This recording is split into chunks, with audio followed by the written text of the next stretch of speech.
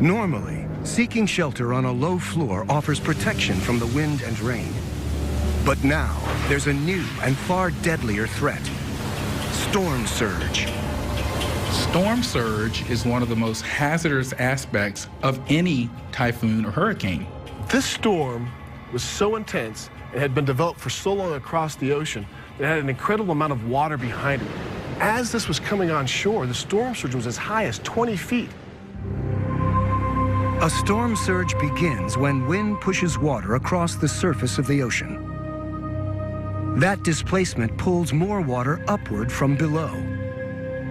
If the storm maintains its strength, the continuing churn sets up a vertical circulation, an underwater wave. The warmer the water, the larger the storm, the faster the winds, the bigger the wave.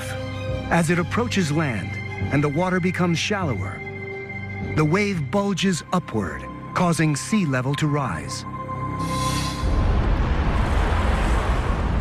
The incredible intensity of Haiyan drives a huge storm surge, which is now crashing over the coastline.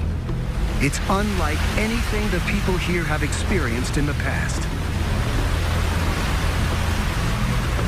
With water now just seconds away from the hospital, the decision to move patients lower in the building has put them all in grave danger. The first water was up to here, clear, here only clear water. Then after that, we see the surge, the wind, and the flood, which was up to here, that was thick as the color was black, blackish water was coming.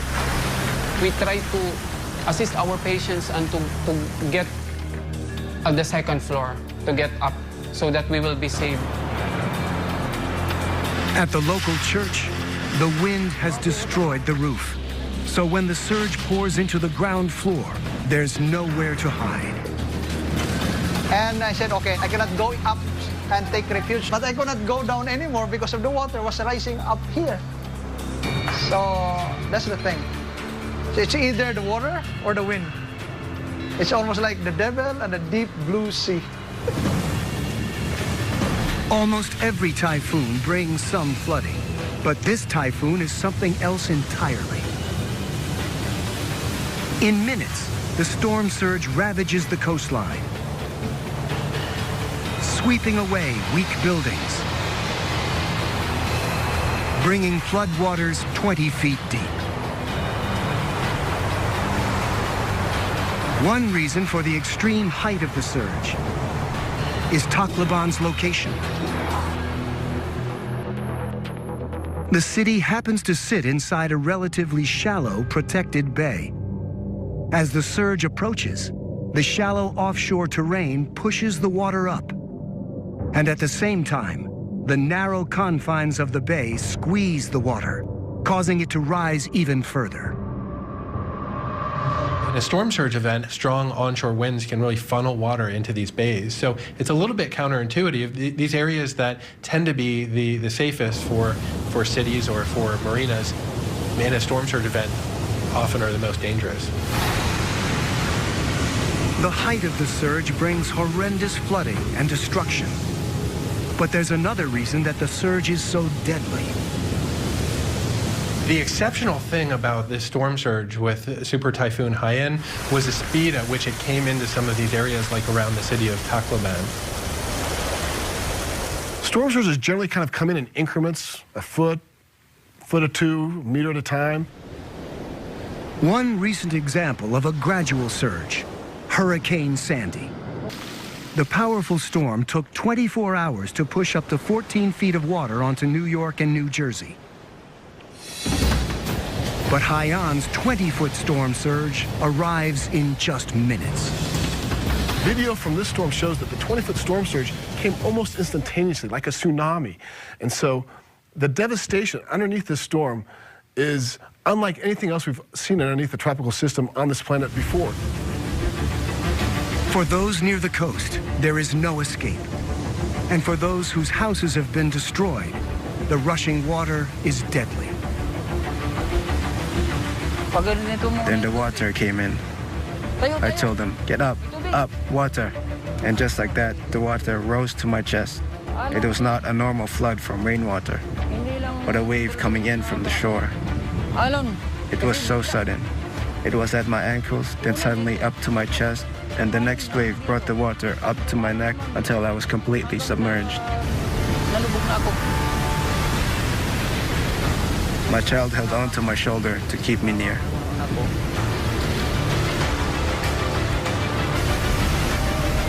It is rapidly shifting winds offshore that are causing the surge to come in with the speed of a tsunami. As the rotating storm approaches, the first winds to strike the bay come from north of the eye, blowing north to south. That powerful force initially shoves water away from the city. The winds were actually blowing offshore, and that was keeping the water away, or even producing what we call a negative storm surge, where sometimes water is actually pushed out of the bay. Then, as the storm passes, winds coming from south of the eye, blowing in the opposite direction, come into play. Water rushes back into the bay, pushed powerfully forward by the reversing winds. And that's what produced the sudden, dangerous and deadly storm surge. The city of Tacloban is inundated. At the hospital, the staff uses floating mattresses to rescue the old and infirm. This is the level of the water. Up to here, the patient was floating. We slowly assist the patient in the hospital bed. There is a gushing of wind. There's a strong current of the water. The other patients were terrified, were in panic, and we assist the patients to be in that bed. The bed was to slowly carry the patient up to here so that we can have rescued here. The water came so sudden. My children were crying. They were in panic. Everything floated like a paper. The refrigerator, the divider, the flat screen TV, and everything. It floated like a paper.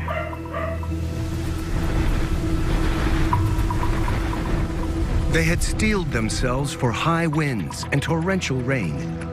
But there was no way they could have foreseen this huge wave of fast-moving water, so unlike anything anyone living here had ever experienced.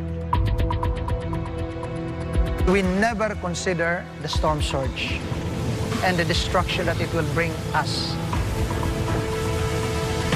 It was a combination of the incredibly strong winds and the massive storm surge. And if you were in harm's way, you may have lost your life. If you didn't lose your life, I guarantee you, you were terrified.